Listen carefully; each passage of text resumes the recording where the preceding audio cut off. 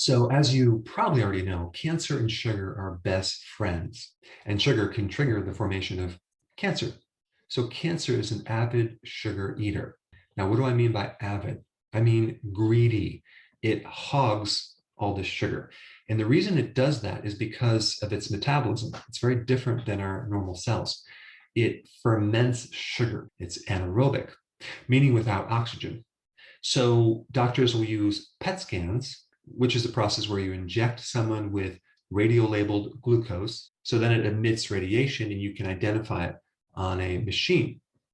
And you can find out what part of the body is hogging all this glucose. That's where the cancer is. That's where the tumor is. And cancer cells break down sugar much faster than normal cells. In a study about 6 years ago, the Journal of Clinical Investigation, they basically proved that the overconsumption of sugar promotes cancer. And there's so many other studies that link obesity to cancer, diabetes, increasing the risk of getting cancer. Now, what causes obesity? Sugar. So everything seems to be coming back to this sugar thing. So one way, this is my opinion, of preventing cancer is to not consume sugar. I mean, it's pretty obvious. Sugar creates a lot of oxidation, and the real cause of cancer is damage in the mitochondria. And so then the cell, as a survival mechanism, converts over to a different type of cell, which involves fermentation of sugars. And there's many other things that can actually damage your mitochondria that can trigger this, but sugar is one of them. If you want to know the other ones, just look up anything that is carcinogenic. So one big strategy to prevent cancer is to go on healthy keto and intermittent fasting. Why? Because that's going to avoid sugar. But there's one more thing I want to tell you about, which I think is very important. What happens when you actually have cancer? Will a ketogenic diet be enough? And the answer is, I don't think so.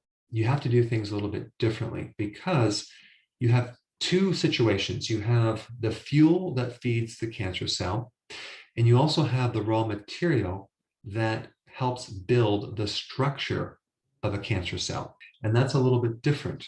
In fact, ketones can provide the raw material to a cancer cell's membrane through a very specific pathway called SCOT. I'm not going to give you the long name for it, but when I talk about SCOT, I'm talking about the biochemical pathway to feed the cancer cell.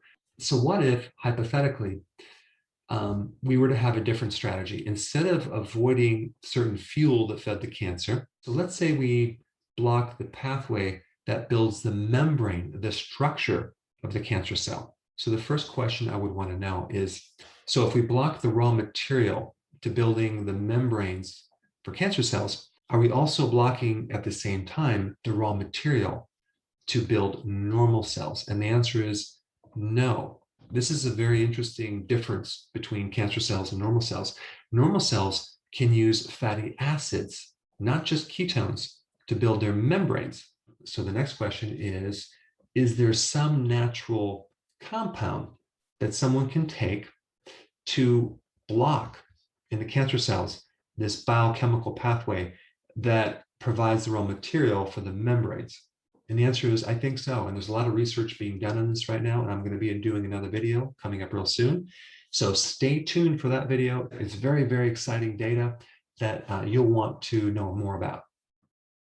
Hey, before you go, if you're benefiting from any of my content, I would love to hear about your success story. Please share it in the link down below.